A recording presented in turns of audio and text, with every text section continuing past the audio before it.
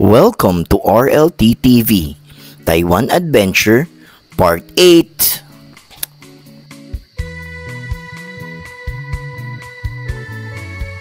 So, nandito kami sa Taipei Main Station. So, pupunta tayo ngayon ng Shilin. So, papasyalan namin yung Shilin Night Market. So, explore naman natin siya. So, yan. As you could see, 7 PM ng gabi. Sobrang busy MRT dito. Yan. Kasi yung train system dito, nagpa-function ng very well. Tulad sa Hong Kong. So, yan. Okay, see you guys. Bye. O, yan na nga guys. Papunta na tayo ng Shilin Night Market. Explore natin siya guys ha. See you there. Finally, nandito na tayo sa Shilin Station. Ayan guys, oh, Shilin Night Market. Susundan lang natin siya guys.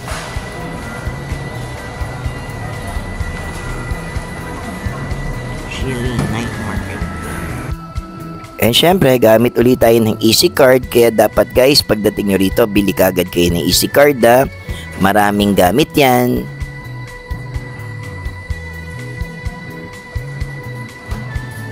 Hi guys, dito na kami sa Shilin Coach LB. Nahanap na lang namin yung famous na Shilin Night Market. So punta na tayo guys, nakapabala namin ng MRT. So hanapin lang namin guys ha. Bye.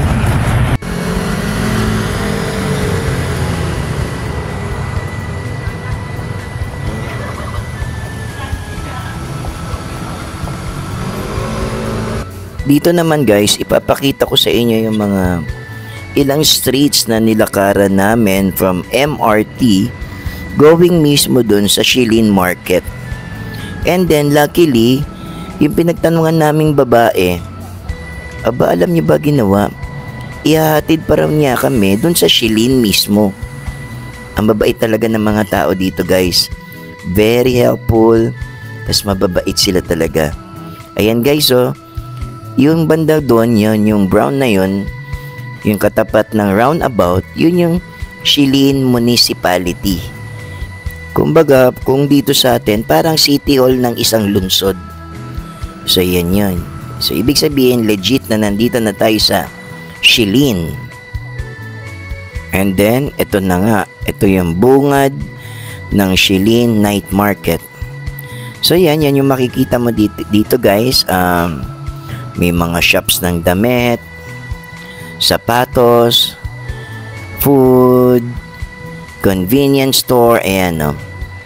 So diba, abroad feels talaga. And then, kung mapapansin nyo, pag palapit na tayo dun sa gitna, parami na rin ng parami yung tao guys, ayan no.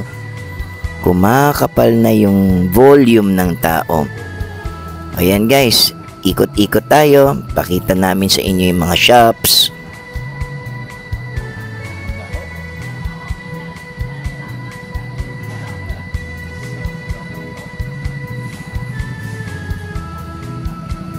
Kung mapapansin nyo guys, kung i-compare natin siya sa ibang night market dito sa Taiwan, dun sa mga previous vlogs natin, medyo dito, medyo relax yung feels.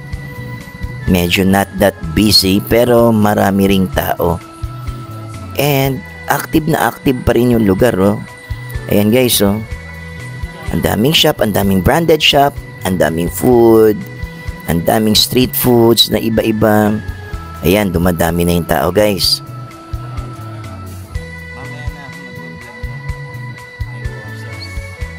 Alam nyo guys, minsan naiisip ko, marami rin namang streets na ganito sa Pilipinas. Bakit kaya hindi na lang natin gayahin yung ganitong lugar? Sigurado dadayuhin din naman tayo ng mga turista tulad nitong lugar na to, di ba?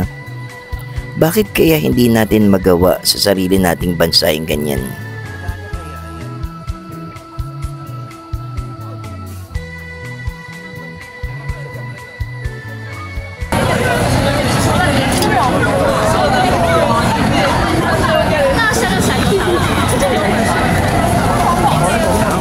Guys,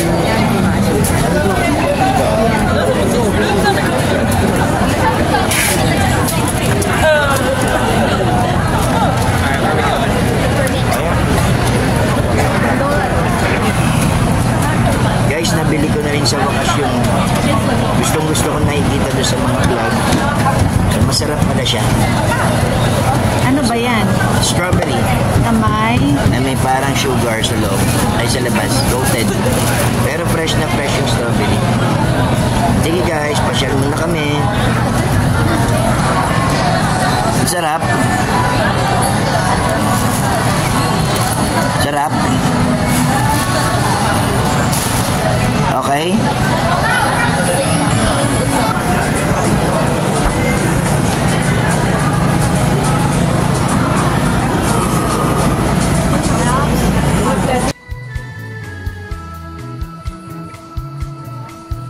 Ayan guys, after natin subukan yung coated strawberry,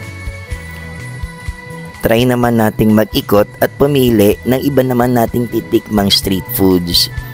Yung iba kasi kaya hindi na namin tinitikman, natikman na natin dun sa Ximending. So explore naman tayo ng bago nating matitikman dito guys. Guys, so tinan nyo, ang dami-dami talagang ganyang machine dito. Anywhere you go, ang daming ganyan. So ayan guys, punta pa tayo dun sa dulo. Ikot pa tayo dun.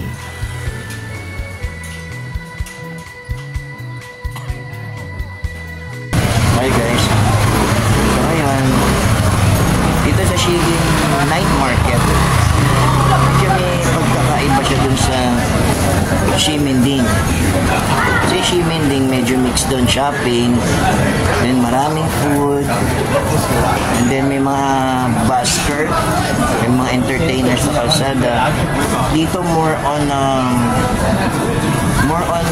clothes, mga damit, mga bag, mga coat, mga pang winter. Yun yung mga tinda. So medyo iba rin itong Shilin Night Market. Sa mga gusto mag-shopping, okay dito. Yan, tulad ni Coach Elby, yun. Ano siya, window shopping. Maganda kasi yung mga shops eh. May mga branded eh. Okay, pa-shop po tayo uli guys. Yan guys, anime talaga, sobrang uso dito hanggang sa damit, sa kainan, makakita ka lagi ng anime. And then ayan, mga kakaibang brand, magandang brands ng damit. Iyan ng Shilin Night Market. Kumbaga itong Shilin, kung i-grade ko to or i-categorize ko siya, para siyang social na tiyangge. Yung tiyanggeng branded tapos tiyanggeng puro quality yung tinitinda. Ang isang cool na nakita ko rito at maganda dito sa Shilin, alam mo na yung lugar, medyo lumang lugar na, pero parang nirestore nila para meron siyang vibes na classic, luma. Kumbaga mapi-feel mo pa rin yung lumang kultura nila na hinaluan ng modern. Kaya yung pagka-mix ng lugar, maganda talaga. Kaya siguro dinadayo rin to. Hindi rin pala natin siya mai-compare sa Ximending. Kumbaga may sariling karakter din tong lugar na to. Kumbaga dinadayo siya dahil Shilin siya. Hindi mo siya pwede compare. O diba, may punching man pa dito. Lakas niya sumuntok oh.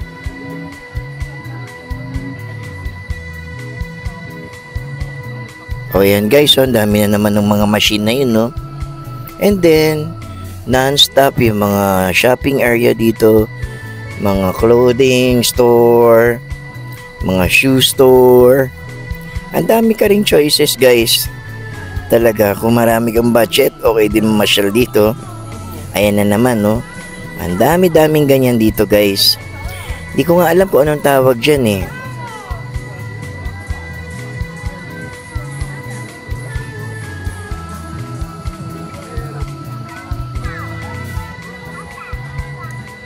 Yan guys, mamaya tatry natin yan. Tingnan natin kung ano ba lasa niyang number 1 na anong yan, food na yan na sinasabi. Okay guys, magta-try tayo.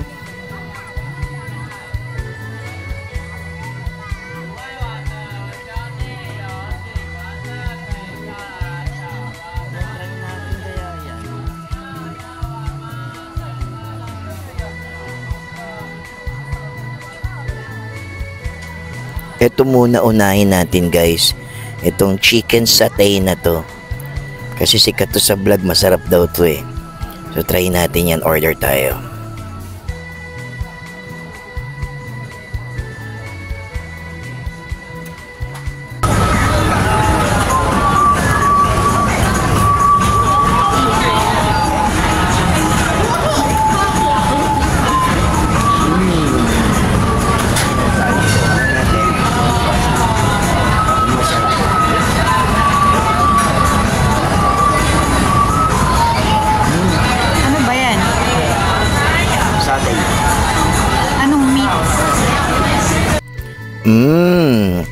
First bite, ang sarap. Nawala pa nga yung audio ko eh.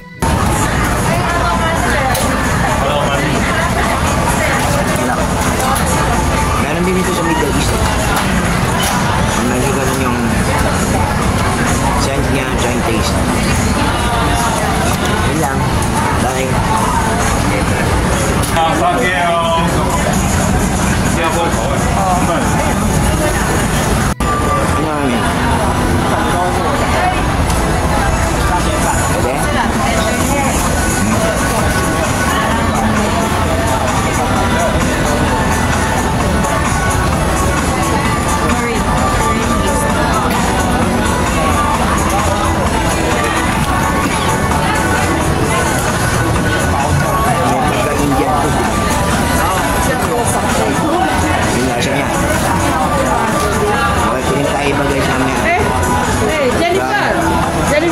Ito na guys, binalikan na namin yung nakalagay na number 1 daw siya.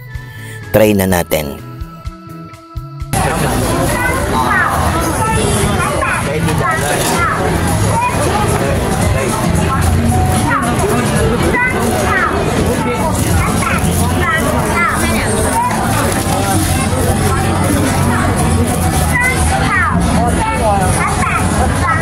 Try lang natin.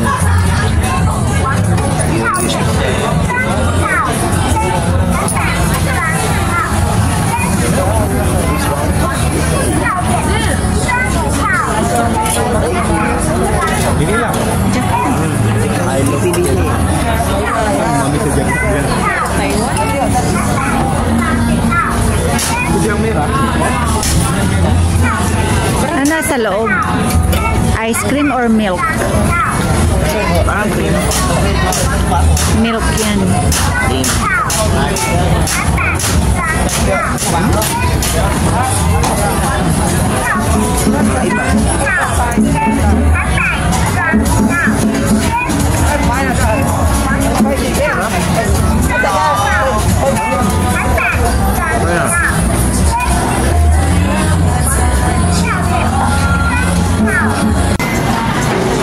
Hi guys.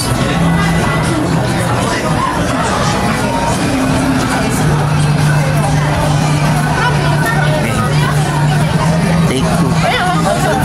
Hi guys. Ayan. Lalakad kami ni Coach LB dito sa Shilin. Yan, meron siyang maliliit na kalsada. Tapos napakaraming shops. Damit. Sapatos. Para siyang social na jungle.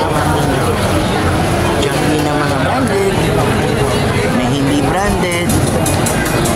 Pero karamihan, quality. Yun yung tinda nila. So karamihan naman, puro quality.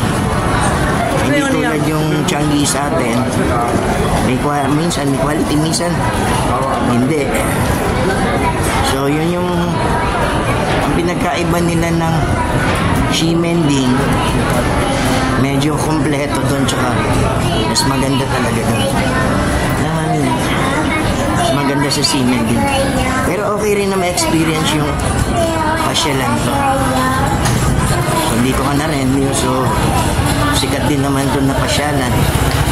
Puntahan mo na rin kung may extra time ka. Kaya dapat kung nag-travel kayo dito, at least 5 days para mas marami kayo maikot. Okay guys, hanap lang kami na makakain ulit. Bye. Oh guys, yun lang pala yun, maikli na kami, no? So abulin namin yung Ximending, no? So punta kami doon ulit sa market doon sa Ximending kasi doon masaya talaga. May entertainment pa naman, no? May mga entertainer, may mga busker, maraming food, maraming shoppingan, maraming kainan, maraming tao, masaya. Okay guys, see you sa Ximending. Hi guys. Ximending. Dating Shilin. Kasi sa Shilin medyo sobrang ikli lang compare dito sa Ximending. Napakalawak, napakarami mong pwedeng magawa aside from shopping. Tsaka napakaganda dito scenery. Dito na dun sa Shilin naman dito. Magandang tiyanggihan lang or istorya. Dito ang ganda-ganda. Nakikita ko sa video kanina. Tsaka doon sa nakaramblog. So, guys, kami naman may merienda. Vlog din natin. Baka meron naman tayo hindi na-vlog. Sa vlog. Okay guys. See you. Tignan nyo naman yung pinagkaiba ng Shilin dito sa Ximending guys. Itong Ximending, sobrang active na lugar, sobrang ganda ng paligid, modern, maganda talaga. At napakaraming varieties ng food. At talagang marami kang magagawa at may entertain ka kasi may mga busker, may mga entertainer. Ang daming ganap dito sa Ximending.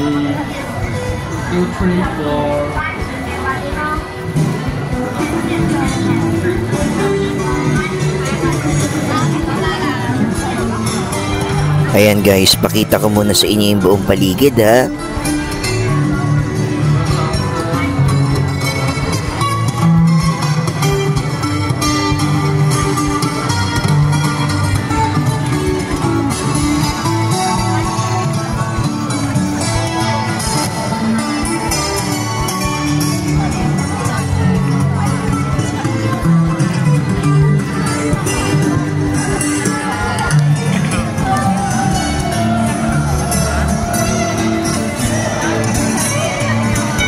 Diba ang ganda niya guys?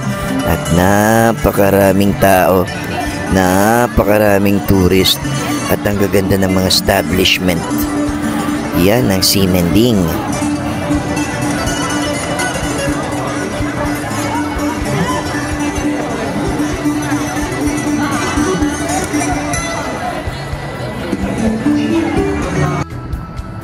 Ito naman yung harapan ng hotel namin.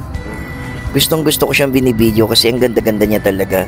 Para ka nasa Japan, na nasa Korea, na halo.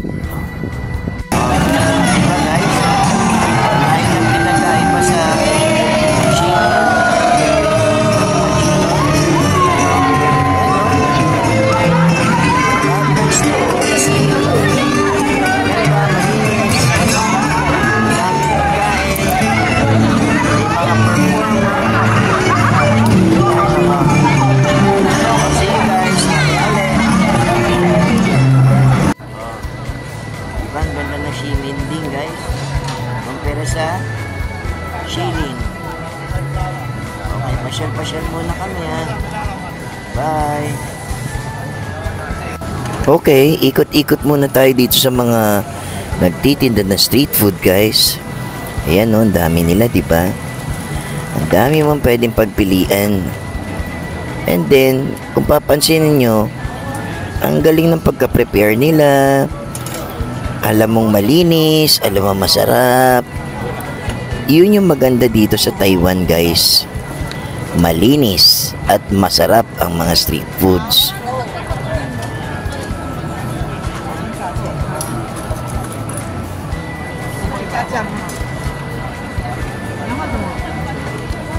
O diba, ang daming pagpipilian guys, no? Grabe. Ayan, magsasawa ka talaga dito. Hindi na lang talaga namin kaya ni Coach LB kainin lahat eh. Kasi napakarami. Ayan yung sausage na paborito ko.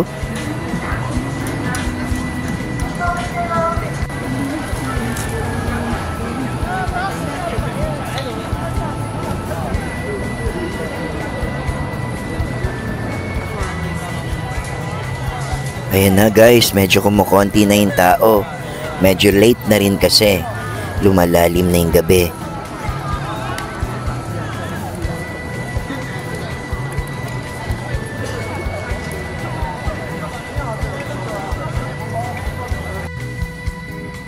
Ito naman guys, video ko. Kasi nadaanan namin siya ni Coach LB. Amazed na amazed ako kung paano niyang gawin at i-prepare yung mga ino-order sa kanya. At fresh na fresh yung mga ingredients niya guys. Ayan no. Tapos ang bilis-bilis niyang gawin lahat. Kaya natuwa ako, ibinideo ko para makita nyo guys. Kasi dito lang ako talaga nakakita ng street vendor na ganyan mag-prepare. Tapos alam mo yung ginagamit talaga nila na ingredients, mga kung ano-ano, sahog. Talagang alam mong dekalidad.